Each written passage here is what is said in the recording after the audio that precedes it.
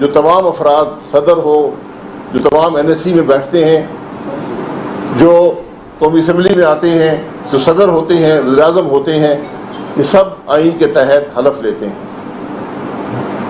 اس حلف میں لکھا ہوا ہے کہ میں آئین کا دفاع کروں گا۔ اگر ان میں سے کوئی شخص بھی آئین توڑتا ہے، اس پر آئین کے تحت ہائی ٹریزن یعنی ملک سے غداری کا مقدمہ درج ہوتا ہے۔ آرٹیکل 6 کے تحت یہ بھی آئین کی شک ہے، کوئی اور راستہ نہیں ہے۔ آج سپریم کورٹ نے فیصلہ یہ کرنا ہے، پورا ملک دیکھ رہا ہے، ملک کے عوام دیکھ رہے ہیں، انتظار کر رہے ہیں کیا ہمارا سپریم کورٹ آئین کا دفاع کرے گا یا وہ آئین کا دفاع کرنے سے قاصر رہے گا۔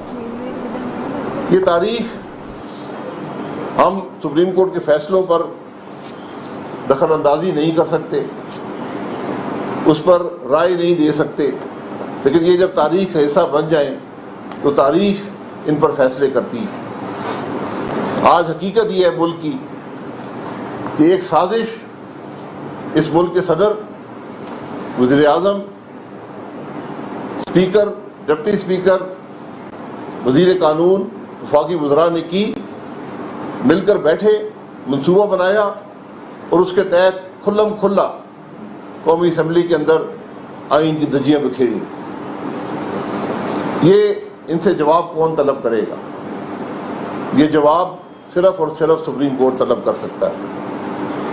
جو سپریم کورٹ ایک اقامے کی کارروائی کر سکتا ہے، وہ آئین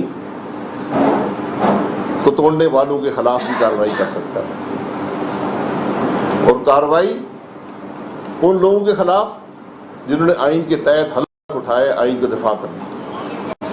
سپریم کورٹ کے محترم جج صاحبان نے بھی حلف اٹھائے آئین کا دفاع کرنے کا۔ آج ضرورت یہ ہے کہ جو اس سارے معاملے کی بنیاد بنائی ہے عمران خان نے کہ نیشنل سیکورٹی کمیٹی میٹنگ میں کیا ہوا، تو میں توقع کرتا ہوں حکومت کے لوگوں سے تو نہیں جو سازش میں ملوث ہیں، لیکن جو عسکری قیادت وہاں موجود تھی وہ آج سامنے آئے اور ملک کے عوام کو بتائے کہ کیا واقعی وہاں پر یہ فیصلہ ہوا کہ پاکستان کی اپوزیشن جو ہے، جس کے 198 اراکین نے عمران خان کے خلاف ووٹ ڈالا ہے، کیا انہوں نے امریکہ کے ساتھ مل کر اس ملک کے خلاف سازش کی ہے یا نہیں کی؟